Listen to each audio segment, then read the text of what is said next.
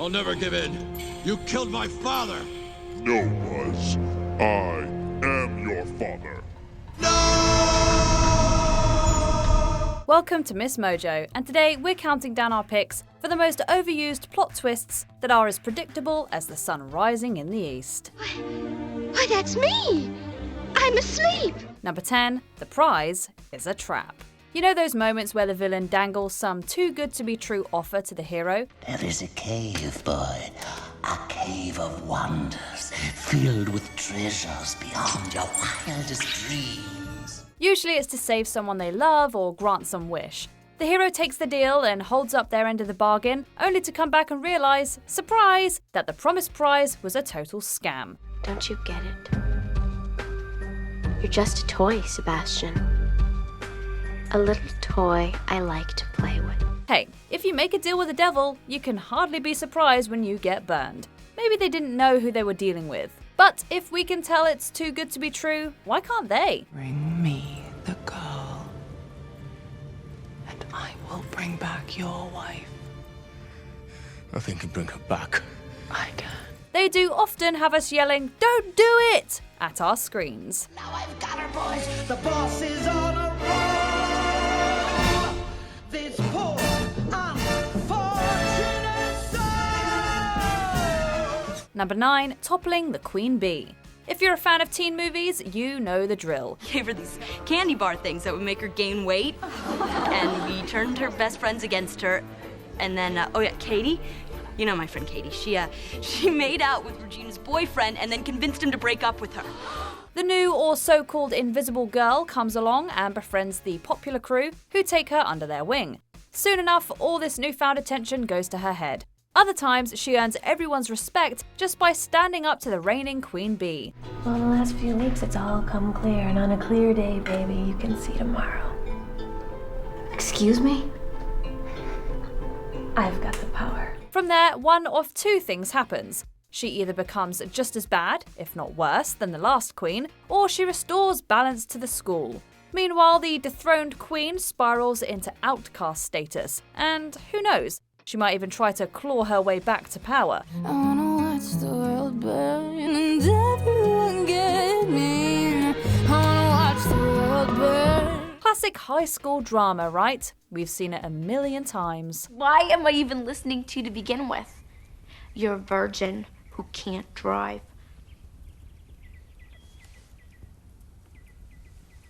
Oh, that was way harsh, Ty. Number 8, it was inside you all along. Isn't it great when you're all invested in a movie where the protagonist goes on this epic adventure, chasing some life-changing answer, only to find out, dun dun dun, they had it all along. You've always had the power to go back to Kansas. I have. Then why didn't you tell her before? Because she wouldn't have believed me. She had to learn it for herself. Cue the crickets and tumbleweed rolling by. This trope can involve some hidden object they've had the whole time, but more often, it's about them learning a profound moral lesson. Apparently, they simply can't do that without often putting themselves and others in peril. Don't get us wrong, we love a good journey of self-discovery and growth. But we've seen it so many times. I'm sorry you didn't get your wish, Goldie love. But I did, Mama. I did get my wish. Everything is just right. As soon as they start, we're like, save yourself the drama, you've already got what you're looking for. But I don't want a whole new me, Mother! Sweetheart, please! Please! I like myself the way I am. Number 7, always make backup copies. Alright, let's set the scene. A character makes a deal or signs a contract, but then tries to change the terms. They might attempt to destroy any physical evidence of their original agreement, but if the other party is savvy, they've kept backup proofs to hold the transgressor accountable. And he claims to have memorized the entire list. He's ready to make the jump. You believe he committed the entire thing to memory? Everything. Ever watch a movie where the villain or hero quickly wipes out the evidence and it all seems too quick, too easy? That's because it probably is, and someone is about to whip out the backups. Sometimes those extra copies even end up saving the day. You pay like everybody else. How many copies? One. Yeah, you must have a death wish, pal. Sure, it's an overused trope, but it's actually also some solid life advice. Always make copies. Double negative. Double negative? You mean you have photographs? Number 6. I See Dead People. When M. Night Shyamalan's The Sixth Sense hit theatres in 1999, that twist genuinely blew people away. I see dead people. In your dreams?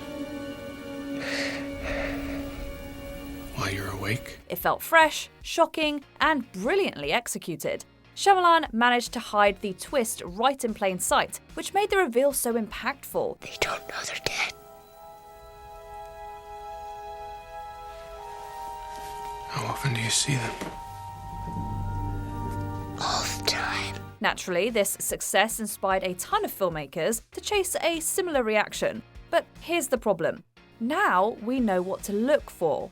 In the book, rule number 2, the living usually won't see the dead. Won't or can't? It just says won't. God, this book is so stupid. I can't understand anything in it. These days, we can usually spot the I See Dead People twist coming from a mile away. It became so overused that it was even parodied in Scary Movie. It's almost as if the original twist was too good for its own good. Can I tell you a secret? Sure, man. I see dead people. Number 5. The villain survived. Why won't you die? This trope shows up a lot in horror and slasher flicks. You know how it goes. You watch a bunch of characters frantically run from the villain for most of the movie. Then someone finally steps up and takes them down. Killed him. You can't kill the boogeyman. The threat's gone, and everyone breathes a sigh of relief. We're now moments from the rolling credits, so that's it, right? Oh, wait, they're not actually dead. The one who pulled me underneath the water. Ma'am, we didn't find any boy. Cue a sequel, or several. While this isn't just a horror thing, by now, when the supposedly dead villain pops back up, it's more likely to earn an eye roll than a scream. We've seen it so many times that the shock factor has largely worn off. Careful. This is the moment when the supposedly dead killer comes back to life for one last scare. Number 4, I am/not your father. Come on, you know this one. All together now. No. I am your father.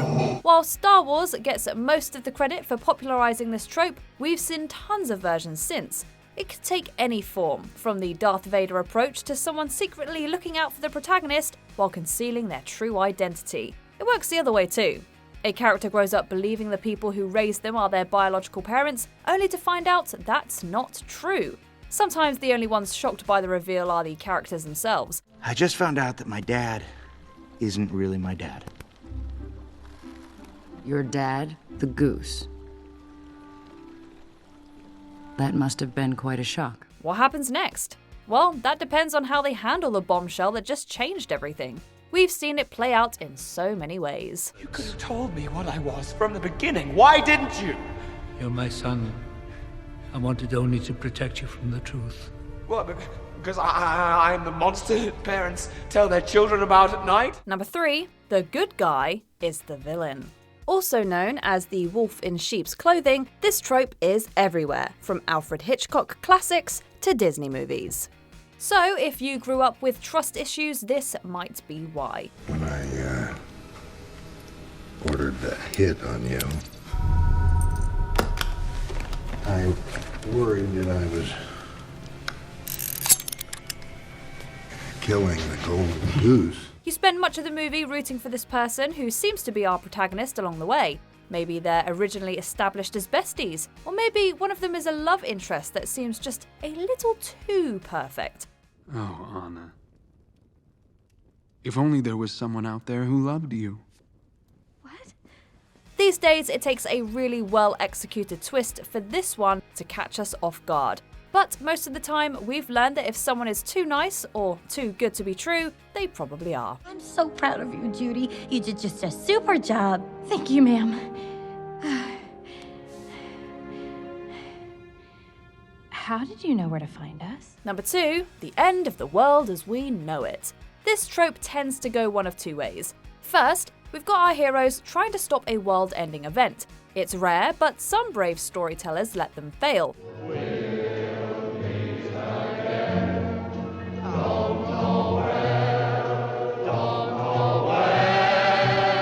Usually though, the planet is saved and crisis averted. The other route is that we're led to believe the characters are far from home, maybe even on another planet. What do you suppose happened to all the people? Huh? Well, they must have left here. Long time ago. I wonder what they were like. Then comes the big reveal. They're actually on a post-apocalyptic Earth. Arguably, no one nailed this shocker quite like Planet of the Apes. Oh my God. I'm back. I'm home. All the time. While many have tried to replicate that legendary twist, we usually go into these movies already suspecting we've been on Earth the whole time. Yeah, it's not really as earth-shattering as it once was. There goes the planet. Before we unveil our top pick, here are a few honourable mentions. Who or what am I? That moment where a character uncovers a part of their identity they had no idea about. You're a wizard, Harry. I'm a what? A wizard. And a thumping good 'un, I'd wager. Careful what you wish for. Not all wishes are cracked up to what you'd hope they'd be. 30 and flirty and thriving. 30 and flirty and thriving. 30 and flirty and thriving. The pauper is a prince or princess. Predictable? Yes. Are we still waiting for a long-lost relative to show up out of the blue and tell us we're royal? Absolutely. Me? A princess? Shut up! I beg your pardon? Shut up. Epic wedding fail. Just as the couple are ready for their picture-perfect wedding, disaster strikes. The one day she didn't do a perimeter check. Her wedding day.